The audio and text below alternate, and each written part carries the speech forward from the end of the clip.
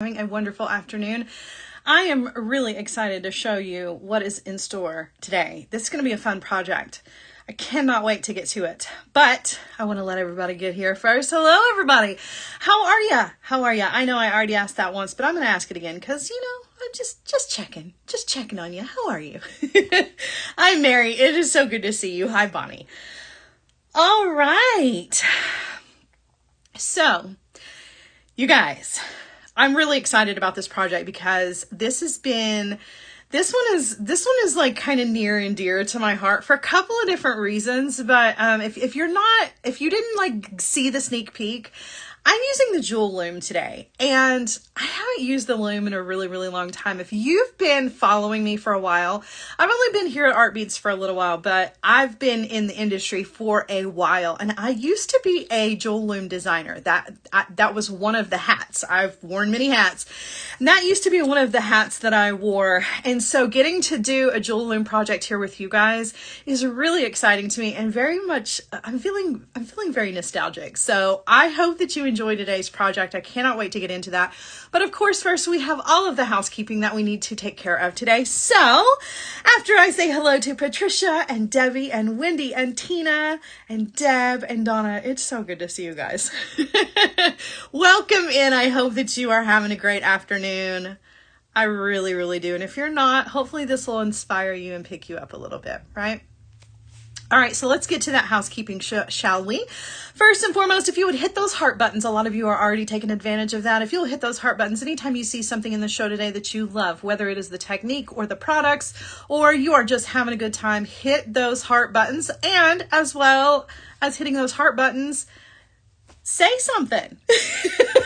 I know with you guys, I don't have to say, I don't have to beg you to interact. But if you're a first time watcher, don't be intimidated by this group. This is an amazing community, and there is a lot of chit chat that goes on in the comment section. Please feel free to chime in. If you've got a question, I try to keep up with them as much as I can. The comments sometimes go by pretty quickly, so sometimes I miss things, but keep up. I try to keep up as best as I can, and you can post your comments, you can chat with everybody else in the community. It's just a fun place to be and to really kind of be interactive. So hit those heart buttons, stay active in the chat community here, and get the most out of everything that we have to offer here at Art Beats. All right, so another way that you can help us if you would like to is to share this to social media. If you are part of a Facebook group, or you would like to just share this to your own social media threads, we really, really appreciate you doing so. It is a great way to build this amazing community that we are building. It is a great way to reach out and, reach makers or potential makers, right? There are some out there who don't even know that there are wonderful, amazing makers yet. It's a great way to reach those makers who don't know about the Art Beads community, and who don't know about all of the fun things that we've got going on over here. So it's like virtual word of mouth. It's really a great way to connect with those who don't know about us yet. And if you do know about us yet, but you're not part of the Facebook group, I highly encourage you to take that step as well. Joining the Facebook group, Serious Art Beaters, over on Facebook is another wonderful way to continue the conversation that happens here in the chat. You can carry that conversation over to the Facebook group as well. You're going to find tons of inspiration. You're going to be able to hang out with your friends. You're going to get to see the latest and greatest, all the fun things that are going on with Art Beads. That's a great place to hang. It really is. It's just a cool place to hang. All of us on the Art Beads team, we check in with the with the Facebook group as much as possible, and we would love for you to be a part of it. So if you've not done that yet, we really want to encourage you to do that as well. Now, another great way to stay up to date with everything that is Art Beats related is to sign up for the newsletter. So while you are over on the website, be sure that you click on the part that asks, if you want to sign up for the newsletter to stay up to date, you definitely want to say yes to that. You definitely want to sign up because you're going to find out about everything new at Art Beats. You're going to find out about things like today, for instance, we've got 25% off seed beads, and I just so happen to have a seed bead project for you, and you would have known all of that in advance had you been signed up for that newsletter. So it is the number one way to stay on top of everything. So you want to be sure that you are doing that and you are checking that website often because there is always new things coming in, and it's very, very exciting. All right, let's see. What else do I need to tell you guys? If you are joining us on Facebook or YouTube, we cannot see your comments. Keep that in mind. Now, I say that because we want to invite you over here to the main live so that you can interact with all of us and so that we can see all of the comments and things. However, if you don't want to, that's totally fine too. No pressure there. In fact, here at Art Beads, we've made it easy for you to shop from Facebook, even if you don't want to come and join the main show, right? You're going to get a little box up at the top of your screen and you're going to type in a little code for all of the items that are in the show that you're interested in. You're going to get, once you type that in and hit send, you're going to get a message to your messenger and it is going to give you a direct link to that item. So you're still going to be able to check out everything that is in the show. Now, if you happen to be joining us on the regular show, you're going to have a shopping cart and you're going to click on that shopping cart to show you the information about absolutely everything that is in the show. You're going to get all of the specs, right? All of the information. Sometimes I leave things out. It's a great way to keep me, in check. And you're also going to be able to add those items to your cart from that little button, as well as checking out. You can do all of those things while still watching the show, right? It's just going to make me a little bit smaller. You can handle your business, make sure you're checking out with all of your items. And then if you'll click on me, it'll make me big again. And that way you don't have to miss anything. However, should you miss something, life happens, you can always come back and watch this as a video on demand, which is really helpful after you've ordered your items, right? A couple days go by, your items show up and you think, I don't really remember what it was I was going to do, or maybe I need a refresher on the project. You can always come back and watch this as well as our previous projects, all as a video on demand. We make that super easy for you. It's all in the same place as where you're going to find this live. You go to artbeads.com and that little pull down menu, there's a live button. You're just going to click on it. It's going to take you to anything that happens to be live at the moment, but you can also access all of the previous videos as well. Easy peasy, right? Oh gosh, that was a lot of information. And I feel like I'm still missing something. If I've left something out, I will let you know. I hope that I got it all taken care of. You never know.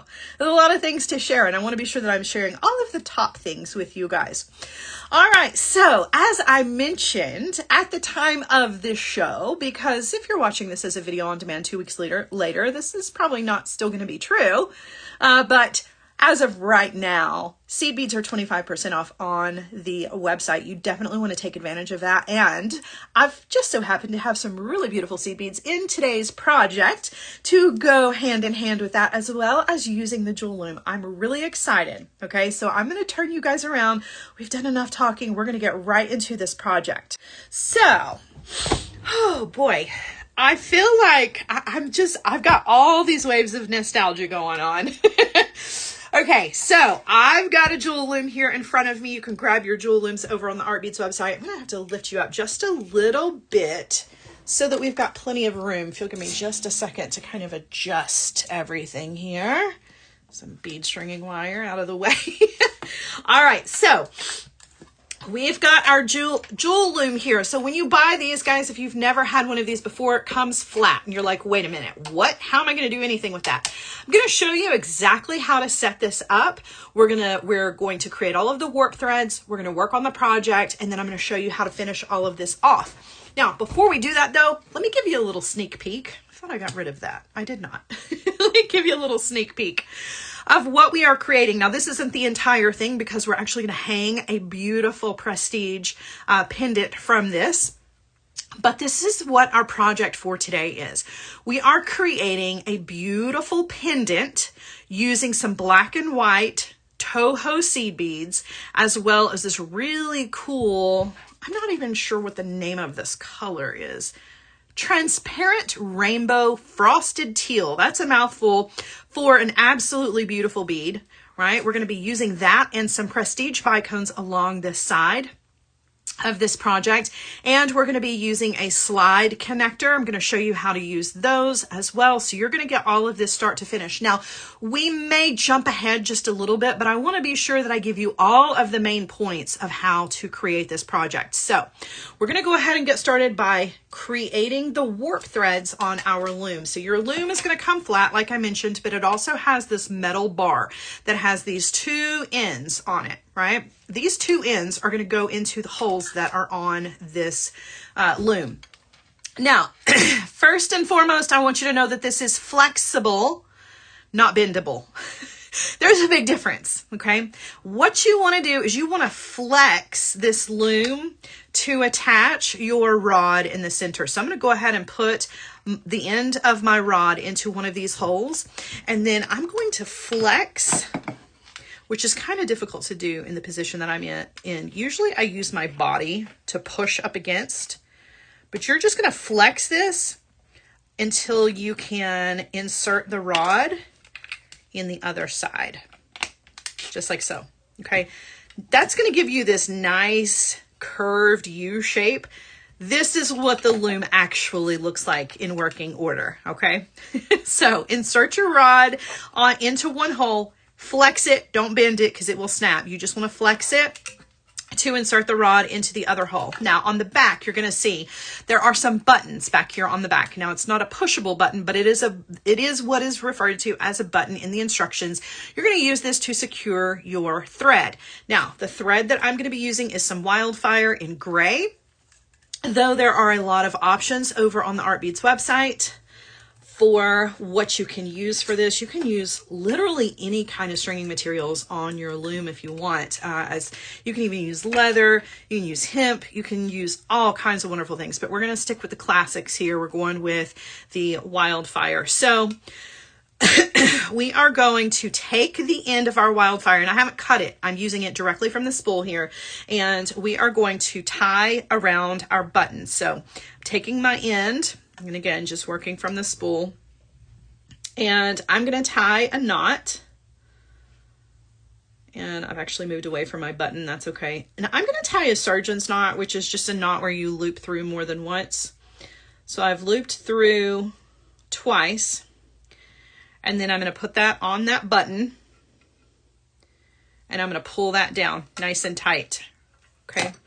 Then I'm going to do another one. Gonna tie another overhanded or surgeon's style knot, whatever you're comfortable with. Pull that down nice and tight. And you can do as many of these as you want to. If you feel like, you know, you need some extra security here, tie as many knots as you want, okay?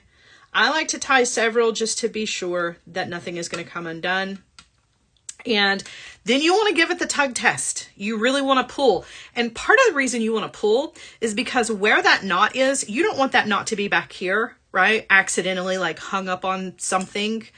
You want to pull and make sure that your knot is up here towards here, because as we are warping or we're creating the warp threads on this loom, you want to be using even tension. And the last thing you want is to create all of your warp threads and then all of a sudden this thread to move around and you all of a sudden have a thread that has kind of a sag to it, okay?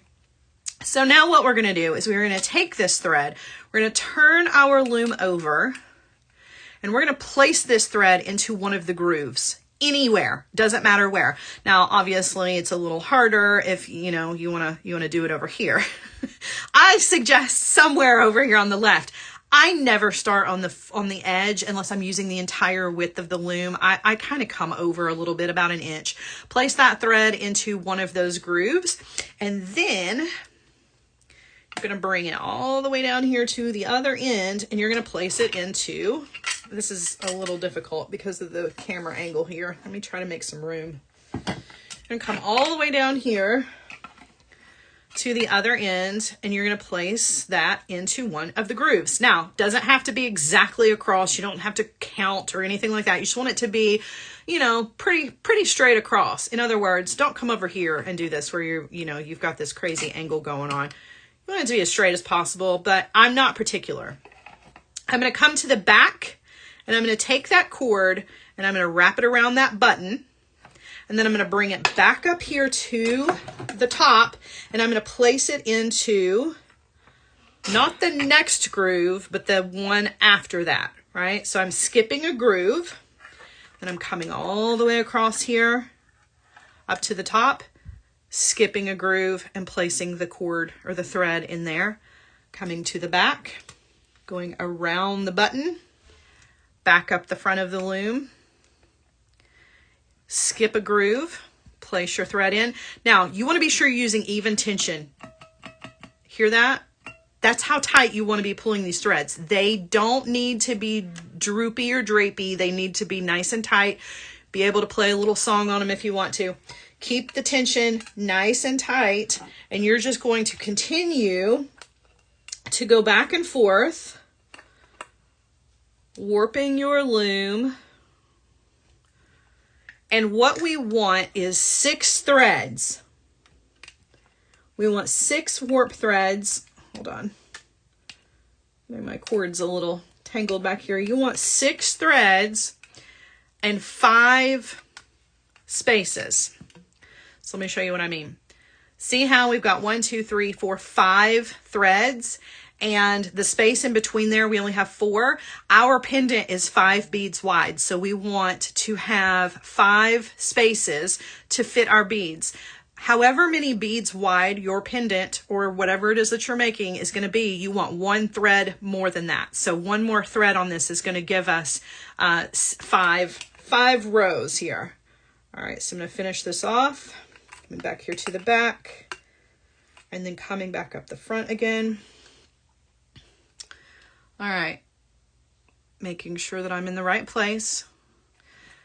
All right, I have 1, 2, 3, 4, 5, 6 threads, 5 openings. I'm gonna come back here to the back, again, keeping nice tight tension on everything. And I'm gonna take my thread and I'm gonna wrap, I'm gonna take my thread, make sure that I'm still in the right spot here. And I'm gonna wrap around my button a few times. That's gonna hold that tension so that I can come over here, hold that down with my thumb, and I can trim this thread away from the spool, right? All right, now we need to tie this off. And we are going to grab the thread, tie a knot out here, make a loop, tie a knot. Now, just in case, I didn't actually go around the button. Just kidding. I don't know what I was doing there. I need to wrap around the button. My gosh, I'm a little nervous because it's been a while since I've done this. Just in case you forget these steps, the instructions for all of this are included with the loom, okay? So I'm just tying like a half hitch knot out here. And then I'm going to pull that down on the button. This is my least favorite knot. Doing this side of the loom is my least favorite. But I'll show you what the most secure is to take your thread and go behind all of these threads right here, right? And then tie, make a loop and tie. That to me is more secure than any other. It's very awkward. I'm sorry. The camera angle is really throwing me off here.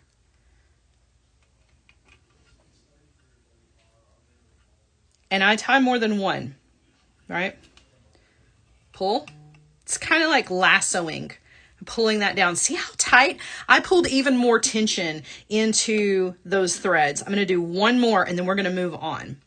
And just remember that all of these instructions are included with the loom, right? See how I lasso that? Pull that down nice and tight, okay? Those are super secure. I'm going to trim all this off because I don't want this to get caught up in my working threads. Okay, now bringing this over to the front, you can see we're good to go, but we need to take the rod out of the loom. And that is really going to fully pull out any extra slack that is in your threads. So what you're going to do is you're going to take your finger, and you're going to lay it over the top of these threads in the grooves so that when you flex this loom to get this rod loose, they don't jump out of the rows, right? They're not going to jump into another groove. So we're going to flex. You see how I'm flexing and it's loosening up everything? That's why I got to hold, take those out, and then let go. Otherwise, these would have jumped into other rows and I would have had to start completely over again. So, all right. We have all of our rows ready to go. We can play a little song. Now, okay. We are going to take a needle and some more of our wildfire. Now, the length for this is going to be about a wingspan. And I know that's not an official measurement, but we're talking about 3 to 4 feet of thread. Okay. You're going to want to go ahead and thread your needle with that amount. And then we need to secure our thread to our loom. And to do that, we're going to create some selvage here. That's what this is called. So we're going to make a selvage edge. We're going to start always on the left. Okay. Left to right is always the way you're going to loom. So we're going to take our needle. We're going to go under the first thread. We're going to go over the second, under the third, over the fourth, under the fifth, and over the sixth. Okay. I know that's kind of difficult to see, but you get an idea, right? All right. And then you're going to pull, and you're going to pull until you have pulled your thread completely through. Let's do that again real quick. I pulled mine all the way out. You want to pull until you've got about 6 inches. Okay. You want about 6 inches worth of thread on the left. Okay. Then you're going to take your needle and you're going to go back the other direction. So now right to left, we're going to go under, over, under, over, under, over, and pull. Now you can do this 2 more times if you want to. It's really not necessary. All you want is just to be sure that your thread is not going to come undone at the ends. Like you're not going to pull so hard. Pulling it over and under, pulling it from this is a little bit more difficult than just pulling it straight out. So this gives you a little extra security. It's not a 100% safe, but it's much safer than just leaving that raw edge. Okay, so now what we're going to do is we're going to lay out our beads. And like I said, we work left to right. So we're going to lay our beads out on the left-handed side here. Park my needle right here. And for our design, you can see I am using black and white. I'm using these Tohos in size 8. And my white is an opaque frosted white, and then an opaque frosted jet for the black. I kind of like this frosted kind of matte color, but you can use whatever you want to for this. So I'm doing black and white. I also am going to follow the pattern that I've already created here, so I don't have to have any grid paper. However, should you need some grid paper to draw out whatever pattern you're going to use, Art Beads has free grid paper that you can print out and create your own designs on. So keep that in mind. If you need to, if you need to print out and lay out whatever your pattern is going to be, I'm just going to follow along with what I already have. But you can make any pattern that you want to and use that free grid paper, which is really nice. They have it for other things, like you can use it. They have peyote paper, they have square stitch paper, they have paper for anything that you would need to grid on. So just keep that in mind. I'm going to lay mine right there so we can follow along. Now, what you may not know is that if you've never used a slide connector before, which is what is on the top and the bottom, what you may not know is that there is a row of beads inside that.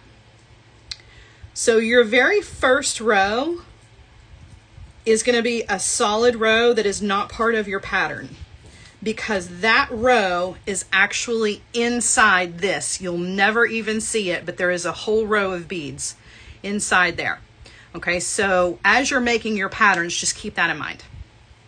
So for us, we're going to make a row of just black beads, because those are going to be the ones that are going to go inside our slide connector. So here we go. We're going to pick up as many beads as we have rows here, right? So we're going to pick up 5 seed beads. I'm going to pick up 5 black. 1, 2, 3, 4, and 5. Got 5 beads. I do have 5 beads on my needle. Got 5 beads on my needle, okay? I'm going to take my needle underneath the warp threads, okay? And I'm going to, underneath all of that, I'm going to pass my needle from my left hand to my right hand. I'm also taking, as I'm pulling my needle, I'm holding all those beads over here with my left hand. I'm going to pull out most of the slack of the thread. And then when I've got just a little bit left, I'm going to take my finger and I'm going to go underneath all of those beads, and I'm gently going to pop those into the rows and hold those there with my finger. Okay. Now I'm going to take my thread and my needle, which is now over here on the right side. I'm going to take my thread and my needle and I'm going to go back through these beads over the top of the warp threads. So right now the thread is running underneath. Inside those beads, it's going underneath these warp threads. I'm going to take my needle and I'm going to pass back through those, going over the warp threads. Now, how do I know that I'm doing that? Well, there's a couple of ways you can know, but the best way to know is you can actually see your needle. It's a really good example right there. I can see my needle, not the warp thread. That means that that needle is going over the top of that warp thread. Basically what you're doing is you're creating a sandwich, right? You've got your warp threads going this direction. You're sandwiching those warp threads between your wildfire that's running this direction and this direction. And that's going to hold those beads in place. So now when I pull, and I pull out all of the slack, and I'm going to pull tight, those beads are going to stay in place. Okay? So my thread is running through those beads twice. Once underneath the warps, once over the top of the warps. Okay? And if I have not gone over the top of the warps, the beads are going to fall out. They're going to fall out of those rows. So that's one way to know for sure. Now again, this is just a black row that is not part of the design. That's just going to go inside my clasp. Now I'm going to pick up beads that are actually part of my design. So referring to my design, when I look at this first row, it's 1 black and 4 white. So that's what I'm going to pick up, always working from left to right. I'm going to pick up 1 black bead and 4 white beads. 1, 2, 3, 4. Okay, I have those on my needle. I'm going to go underneath the warp threads from left to right, passing my needle to my right hand, holding on to those beads, pulling out all of the slack. Okay, letting go. And then I'm going to use my finger to gently guide those beads, 1 bead per row. And I'm holding those in place because they're not secure until I take that needle back through there.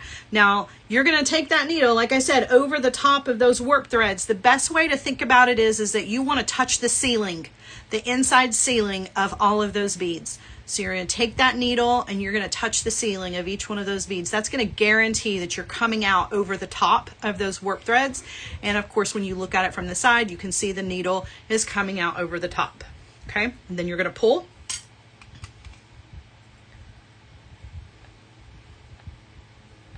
And I'm pulling tight, right? I know that I'm kind of bowing. You can see like it's kind of bowing in the threads where they're more out up here where there's not any beads. I'm pulling them in. I want them to be nice and secure.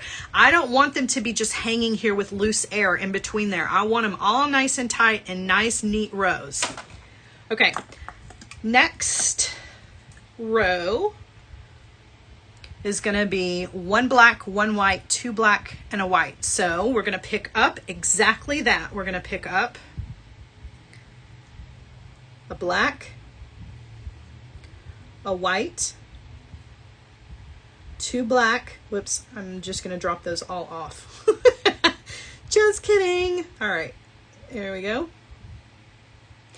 And then 1 more white. That one was kind of funny shaped. Let's pick up a better one. There we go. Okay.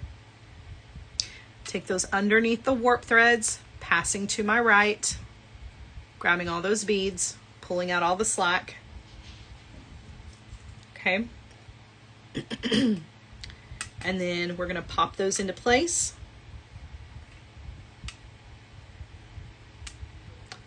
Holding those there with our fingers, taking our needle back through those beads, going from right to left over the top of the warp threads, making sure you're kissing the ceiling in those beads, and then you're going to pull. Okay. All right, next row. So we're going to do a black bead, 2 white beads, a black bead, and another white bead. Okay, underneath, passing my needle to my right hand. Uh-oh, got a little knot in my thread here, hold on. Pull that out. Pulling out all of the slack, popping those into place, taking that needle, going right to left to secure. Kathy says she enjoys working with this loom because of how secure the tension is. I agree. That's one of, I've used a couple other looms, and this is one where if you really pull and keep even tension as you're warping it, then when you take that rod out, it is good to go. Really, really good.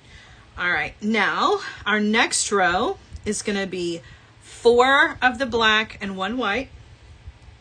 So we're going to pick up 1, 2, 3, and 4, and then 1 white. Okay, we're going underneath, passing off my needle to my right hand, pulling out all of the excess thread, popping those into place. Holding those there, taking our needle, going back through right to left. Katie kissed the ceiling. I love it. It's the funny little things like that that I say, though, surprisingly, that are the things that will stick with you. You know what I mean? Like you'll always remember that. You will always remember that. All right, so we've made our little pattern here. And now we are in a transition. So our transition row is going to be 1 black and 4 white. So we're going to pick up 1 black bead, 4 white.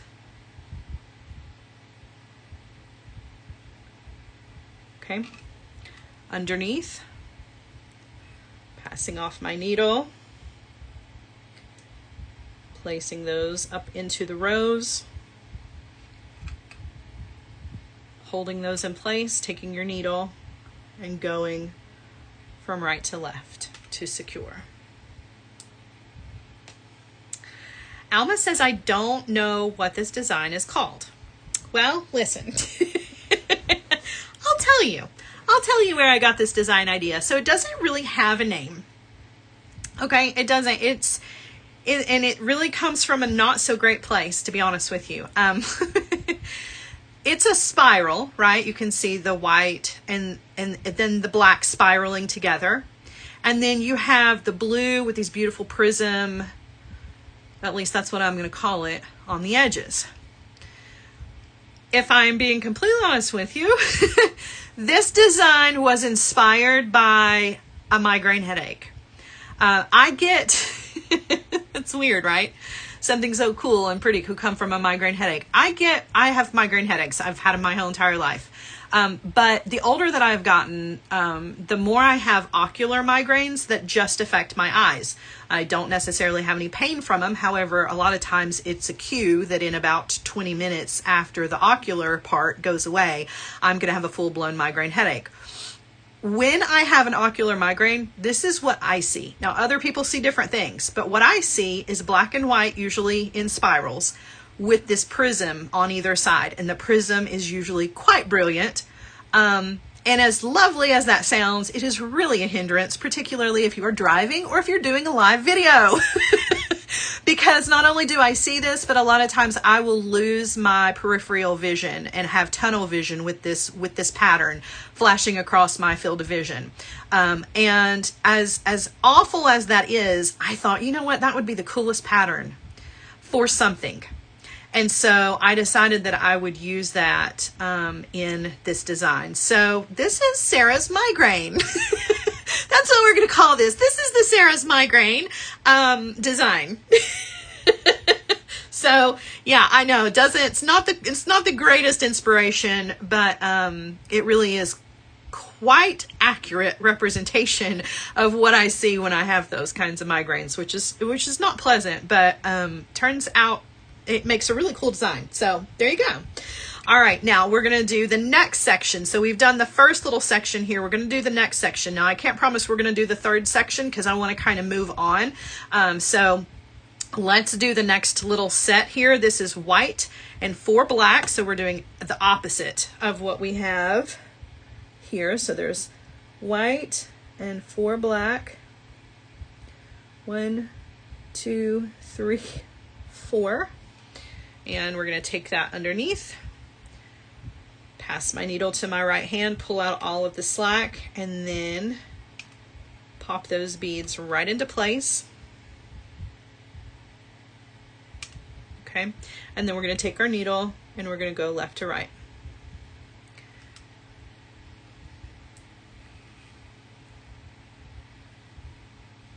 Okay, push those up there into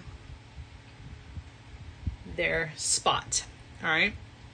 The next row of this is white, black, white, white, black. So we're going to do just that. White, black, white, white, and black.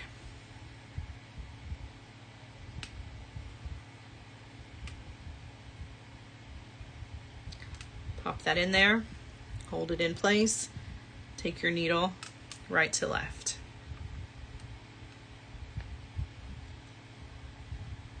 And pull. Okay. The next row is 4 whites. Nope, I'm sorry. A white, 2 blacks, a white, and a black. So we're going to do white, black, black, white, and a black. Okay.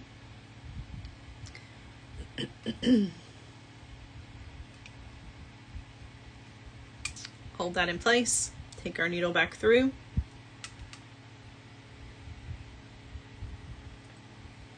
Now, I know that there are three little sections of this. We're only going to do 2 to save some time, right? There's 1, 2, 3. We're only going to do the first 2. That way you can come back to this to get the pattern if you want to take like a screen grab of this and then add it to your grid paper or whatever. I want to be sure that you get the full pattern before we do move on, because I want to show you how to do this edging part.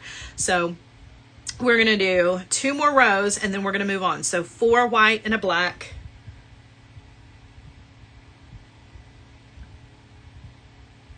So there's 4, my black.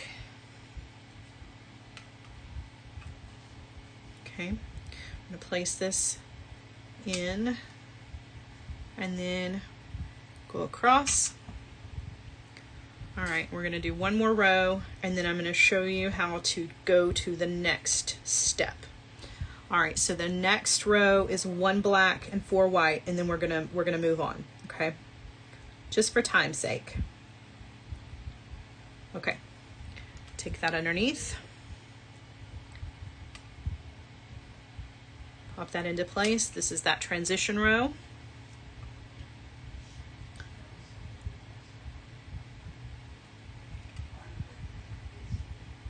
Okay, so now, actually, I think did I do the wrong? I did do the wrong. I should have done, no, that's right. No, it isn't. Should have been 1 white and 4 black. It's fine, but okay, so if you need a screen grab, now is definitely the time to do that, because this one, our transition row is wrong, so I would have to pull that out. I'm gonna leave it as is because, like I said, we're gonna move on to the next steps of this. Okay, so we're gonna pretend like we've done the entire pattern here, and I'm gonna show you how really quickly to strengthen your end.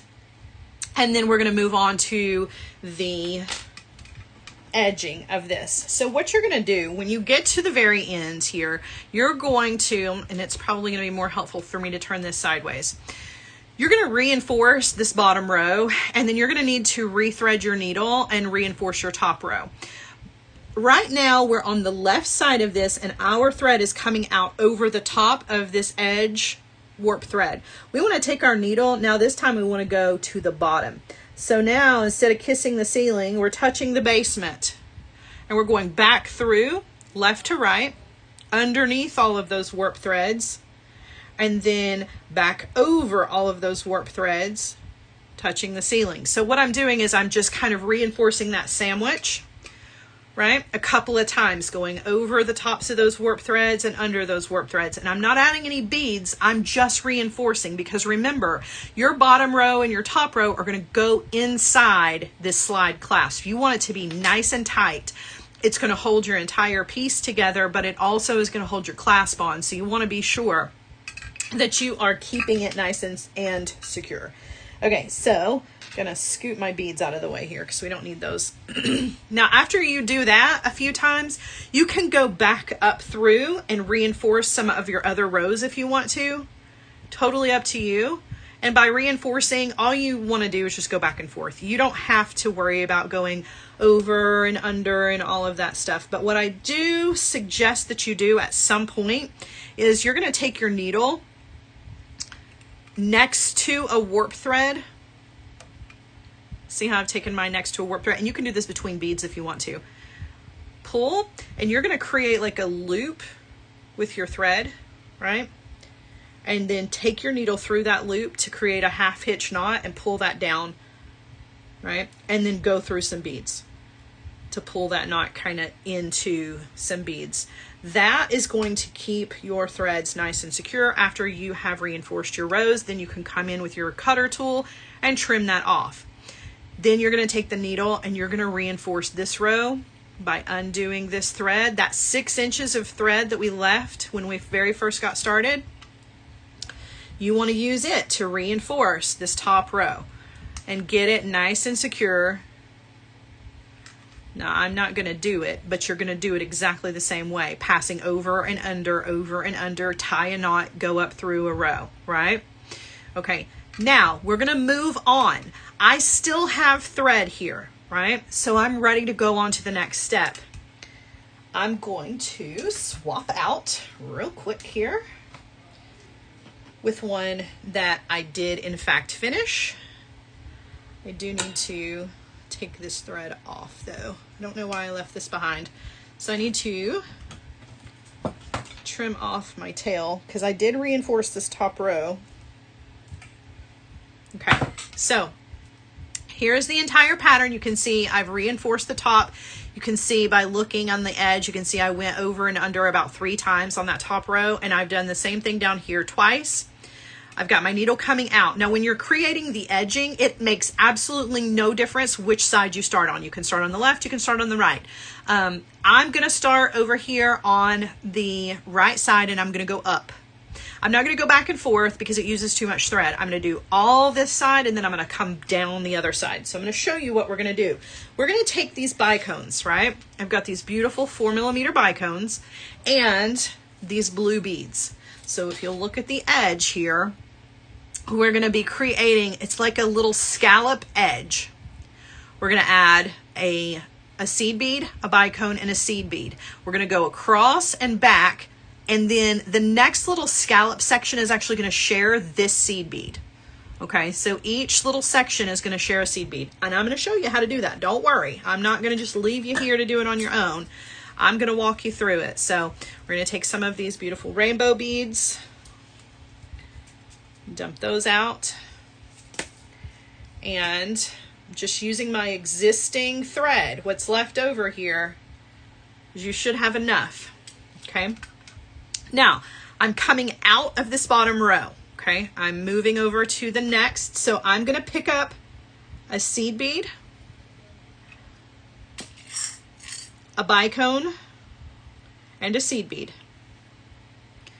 And I'm going to take my needle and I'm going to skip a row and I'm going to go through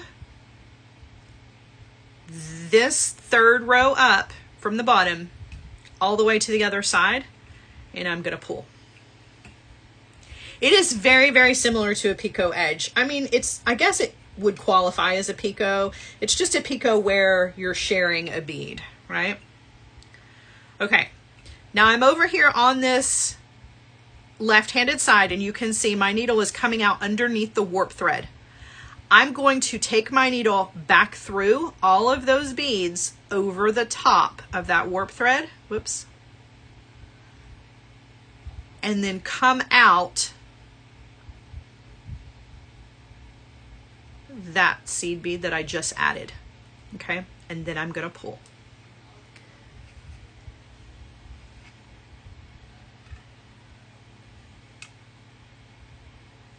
And when I pull and I give nice even tension, it's gonna set that right in place. That's the first seed bead of our next little scallop. So I don't have to pick up another seed bead. I'm gonna pick up a bicone and then a seed bead, okay? Coming out here, I'm gonna skip a row and I'm gonna go into the next row over all the way through, coming underneath the warp.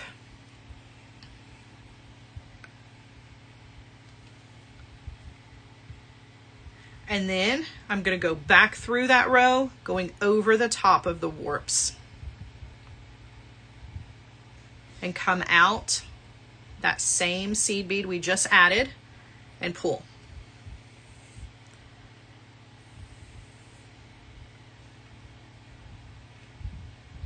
Okay. Then I'm picking up a bicone and a seed bead. Okay.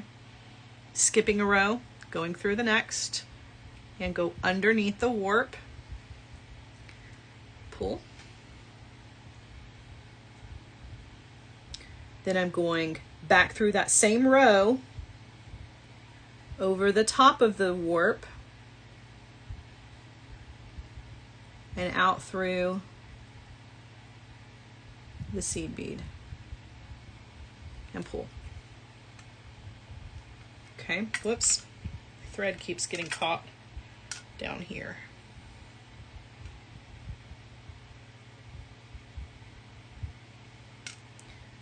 And you can see I'm using good tension, so this is not super floppy. This is not, you know, this is nice and secure work. It's not going to hang behind or to the side. It's really tight. Okay, picking up a bicone and a seed bead, skipping a row, going through, now underneath the warp, pull,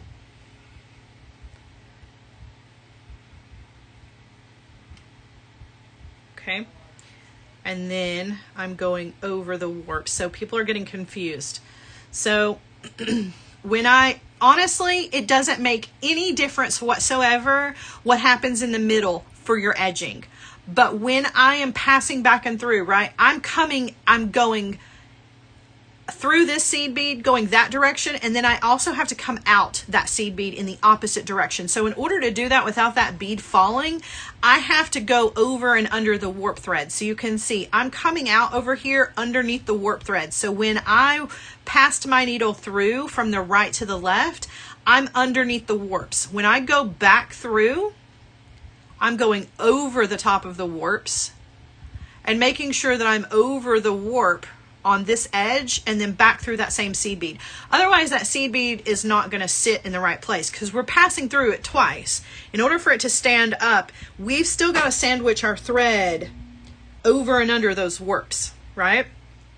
If you happen to pass through the beads in the middle and they're not over or under or whatever, it doesn't matter so much as it does on the edge.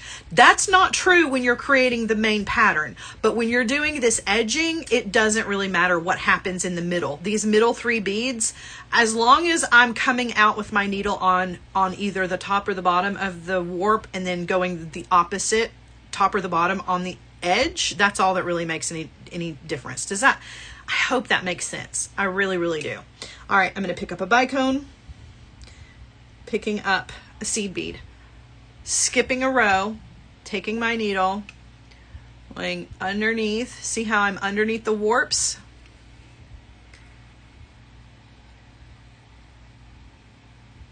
Okay.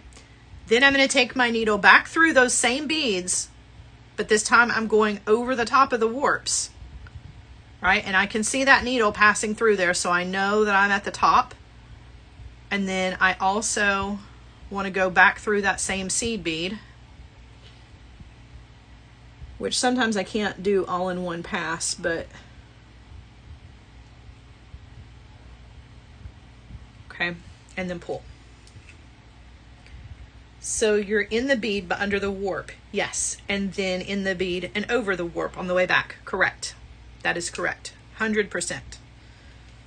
Okay, picking up a bicone, picking up a seed bead, skipping a row, underneath the warps on my way across, whoops,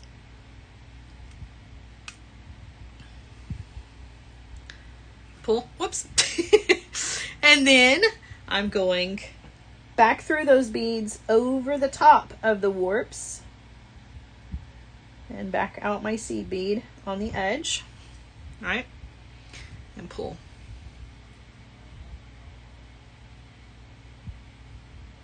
Okay, picking up a bicone and a seed bead, skipping a row, going through, and pull. Okay, we accidentally ended up on the top of the warps, which is fine. So just as long as I'm doing the opposite on my way back, I'm going to go underneath, and that's fine. Just as long as it's one or the other on either side. Okay. All right, now I'm going to do one more, and then we would be in position to do the other side, but we do kind of have to move on. So let me pick this up.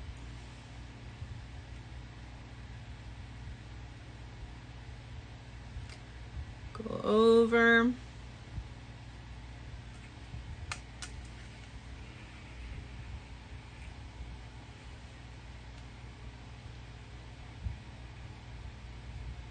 Okay, so now this last little seed bead right here.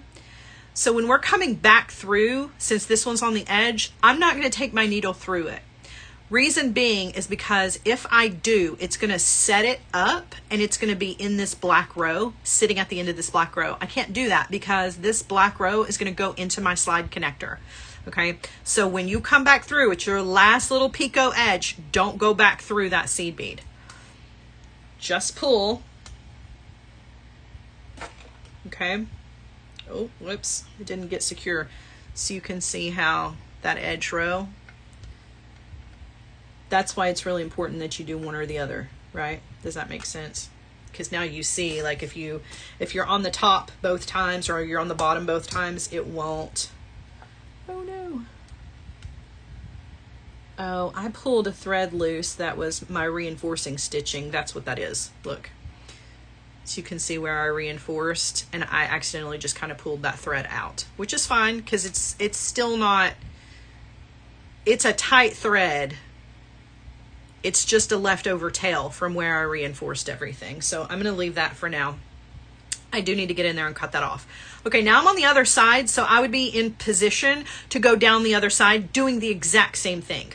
Okay, we would be ready to do the exact same thing, just starting at the top and going down the bottom to make the edge match. Now, for time's sake, we're not going to do that. So for time's sake, what we're going to do is we are going to tie this off, and I'm going to show you how to put your slide connector on this. So let me move our beads out of the way. And again, tying a half hitch knot out here to the edge. It doesn't have to be, it can literally be anywhere, okay? But I'm basically just making a little loop, take my needle through, and then pull.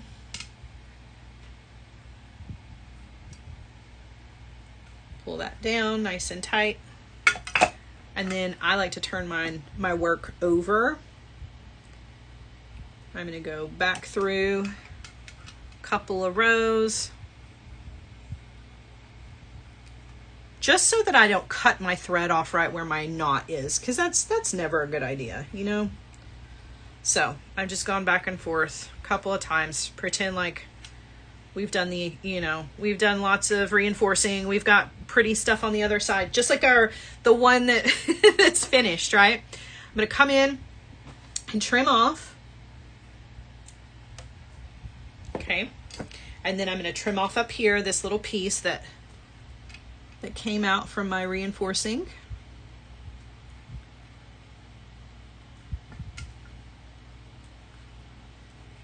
Okay. There we go. Okay, so now what we want to do, right? We're going to take this off of the loom. And in order to do that, you're just going to cut it. I like to cut on the back. I don't know. I just like to give myself as much thread as possible. I'm just going to come back here, cut that, and then it should come off easily on the bottom because the bottom is quite literally just loops. I'm going to take those and trim some of that off because this is way more than we need. Okay. All right. Now, what do we do with all of this, right? Because we've got to put our edge on it. We've got to put our little cord end, our slide connector on it. Well, we need to take care of these threads. So what we're going to do is we're going to tie some knots. We're going to use some glue and we're going to cut these off. So I like to start on my left and work to the right. So I'm going to take my first two threads, tie an overhanded knot,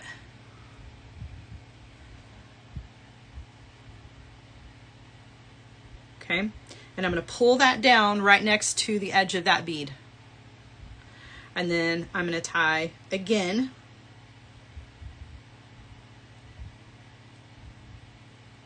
Maybe. Pull that down. Okay. This thread's going off to the side. The thread that I just tied that with, I'm going to take it and I'm going to tie it to the next thread. So I'm going to pick up the next thread over, tie an overhanded knot,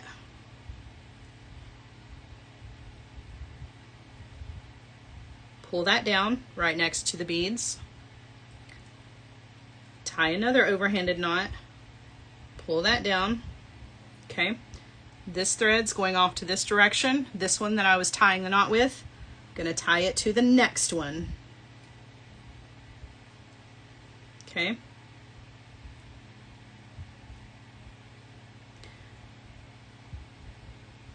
Pull that down, tie, pull that down. Same thing, taking that next cord, tying it to the previous cord, or tying a knot with it with the previous cord. Okay.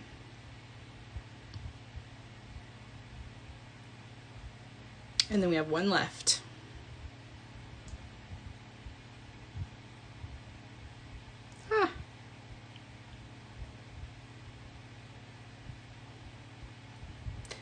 It is quite difficult to tie a knot when you're looking through a camera instead of actually looking at what you're doing. It's like, I know how to tie a knot. Why am I struggling? It's because I'm not looking directly at it. Okay, so I've tied all of those threads down and they're sitting right up against the edge of those beads, right? And I still have these crazy, crazy edges. What we want to do next is we want to take some glue, whatever your favorite glue is, whether it is Hypo Cement, E6000 on a little toothpick or whatever, and you want to put a really thin little row of glue right over the edge of those knots. Now, it does not need to be a big glob of glue, okay? You just need like the thinnest little layer of glue ever over those knots, just for some added security. Then you're going to cut all of those crazy strings off. And then you're going to repeat this process on the other side. Okay, you're going to do the exact same thing on the opposite end down here. Now, I'm not going to do all that because we're already at an hour, but you would do this exact same thing down here with all of these. Add a row of glue. Let that glue get to tacky state. Come in and trim off your cords as close as you can get them, being gentle, okay? And then you're going to take your slide connector and you can see that opening right there and this opening here. So you're going to take that and very gently, you're going to place those beads into, watch this not work out for me. It's been one of those days. You're going to slide it so that the beads slide into the tube, right? Gently, gently, gently, gently, gently push each bead into the tube along with the cord and the knot and all of the things, okay? And be careful of this last bead in your picot edge. That whole row is inside there. It's nice and secure, and it has some glue on it. Now, if you want to take your hypo cement and you want to add extra glue down inside there, you can if you want to, if you feel like you need the added security, right? Then you're just going to close this up. You can use your pliers to do that. You can just use your fingers. A lot of times is what I'll do. Just push it with my finger, right? And now you've got a connection. You've got a little loop on the end here where you can add your jump rings, right? You do the same thing over here on the other side.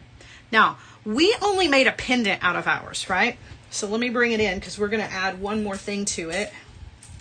We made a pendant out of ours, and one thing I do want to mention, I used the correct size of this thing, the slide connector, on the one we were actually working on. The one that I used previous to this was a little bit too big, and you can see like it slides back and forth because it's just too big.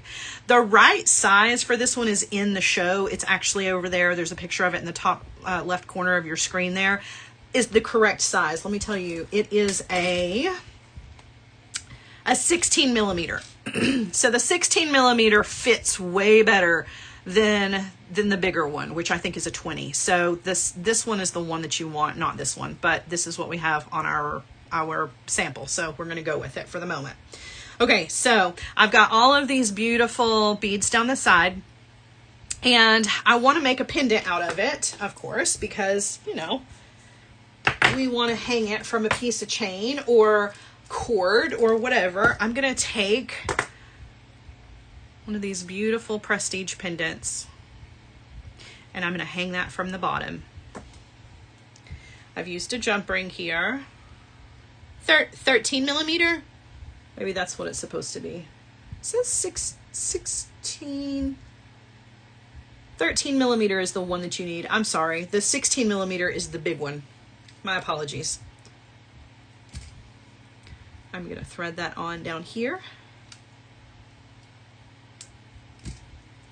And then I'm just going to add some jump rings to the top, and I'm going to thread this onto a piece of cord and call that done. Now, if you don't like this as a pendant, repeat this pattern, right?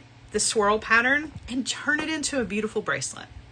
The only reason I didn't make it a bracelet was just for time reasons. I do think that it's going to be an absolutely amazing pendant, which, you know, I love a big pendant, so I'm cool with that. But if you don't like a big pendant, turn it into a full-sized bracelet, because how pretty, right? So pretty. And then you just want to thread it onto something. I just pulled some black satin cord, and you're done, right? Add some hardware to the back of your cord, thread it onto whatever you want to, and you've got a really, really pretty representation of a migraine.